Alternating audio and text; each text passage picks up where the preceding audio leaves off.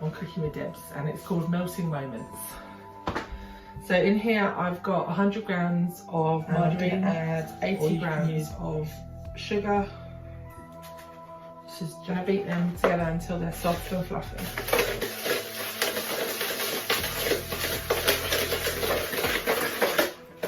I've also got a few drops of vanilla, and into that 1 egg.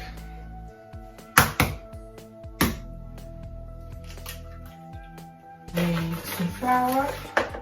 I've got self-raising flour, and we need 160 grams of self-raising flour.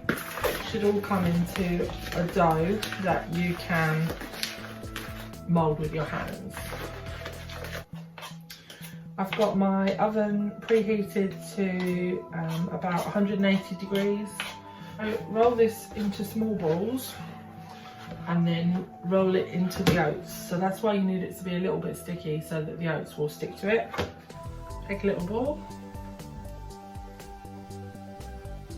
roll it all over in the oats, this baking tray, flatten it down a little bit and pop a bit of glacé cherry in the middle.